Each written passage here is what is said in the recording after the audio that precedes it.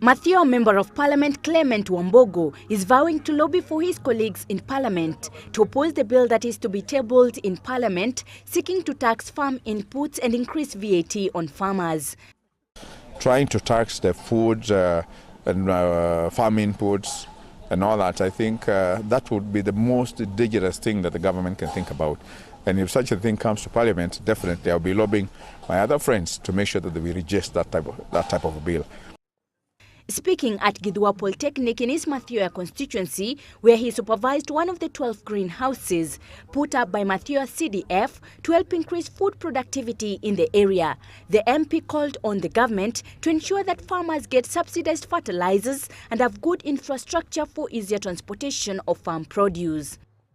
Take an example of what happened in the Hola area, Tana River area, where a lot of food was produced sometimes last year but one.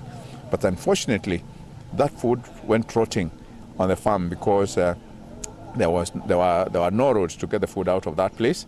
There were no storage areas. They didn't have enough silos to where we could put that maize, and all the maize went down. Government should come more firmly to especially control the prices of agricultural inputs, because what other countries would do is the government would come in, either import a lot of fertilizer to at least to cushion the effects of what is coming from the private traders.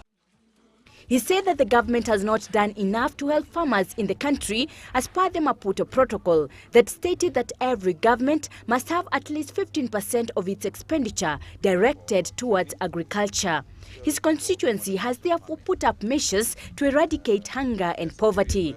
The VAT bill seeks to remove basic foodstuffs such as maize, milk, bread and wheat from their current exempt status to be taxed at 16%.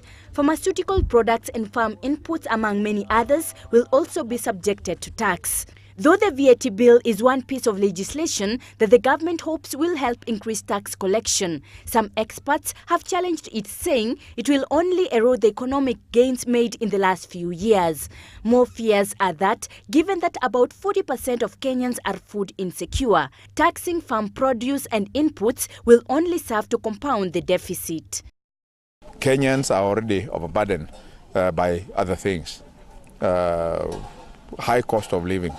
And so I don't see any good reason as to why the government should think of such a thing, increasing VAT or anything. I think that should not be the way to go. Violet Makendo, GBS News.